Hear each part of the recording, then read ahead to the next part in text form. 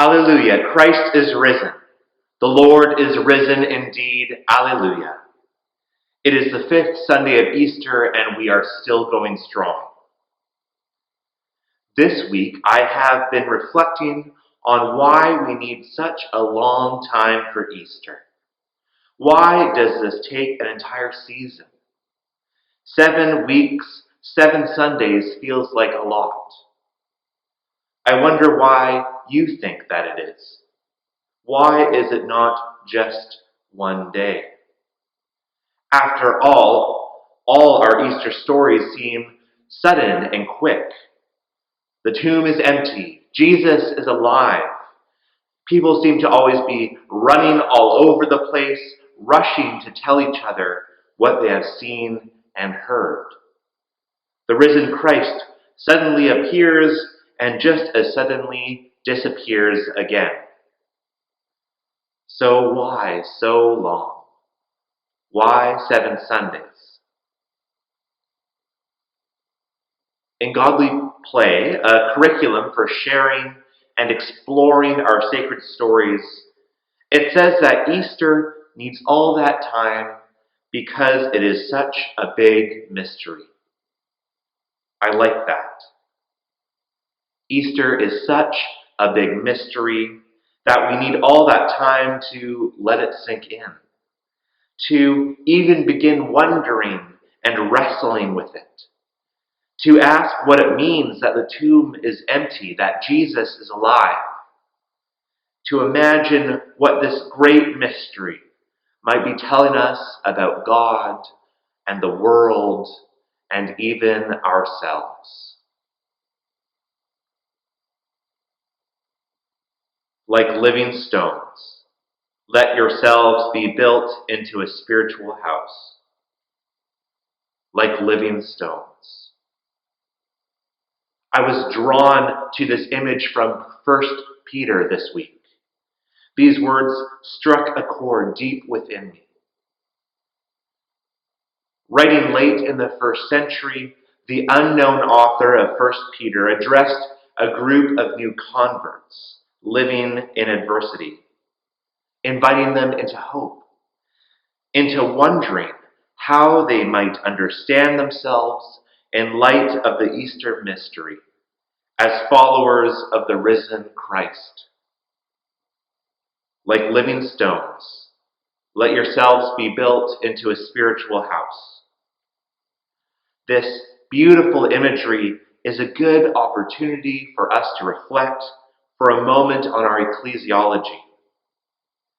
Ecclesiology just means what we understand this thing that we call the church to be and to do.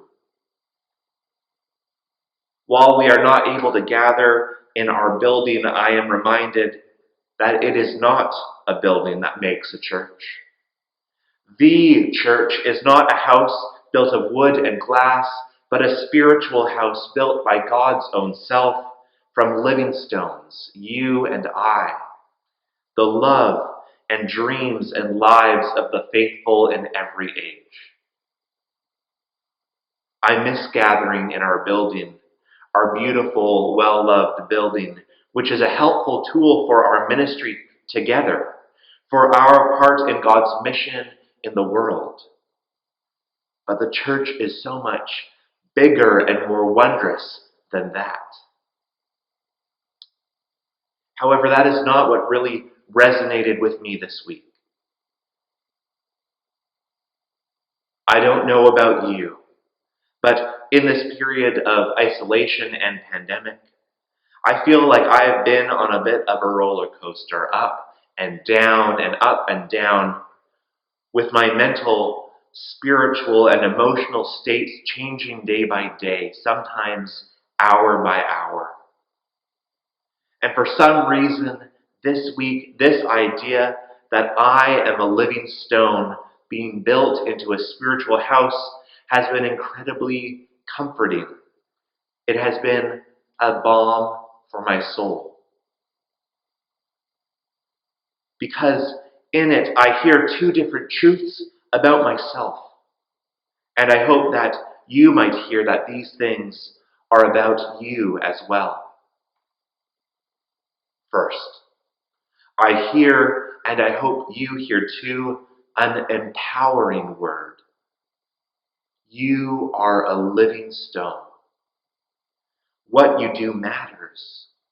You matter. You are desired and chosen by God for the wonderful thing that God is building. The wall of this house would be missing something important without you in it. Secondly, I hear, and I hope you hear too, a humbling word. You are a living stone. It's not all about you.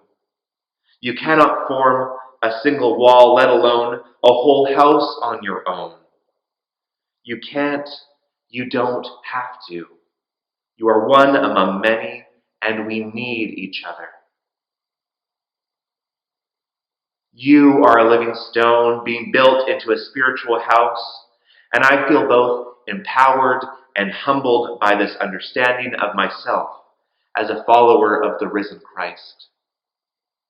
This might seem like almost contradictory takeaways and borderline paradoxical. However, I do hear it both ways, and thank God, because some days I've really needed to hear that I am a living stone being built into a spiritual house, that what I do matters, that I matter. And other days I've really needed to hear that I am a living stone being built into a spiritual house, that I cannot do it on my own, that I don't have to, that I am one among so many. I hope that you can hear it however you need to today, that you are a living stone being built into a spiritual house. And if we wanted to, we could wonder further about what that house will look like, and who will be welcomed in, who will be able to take shelter, rest, and live in it.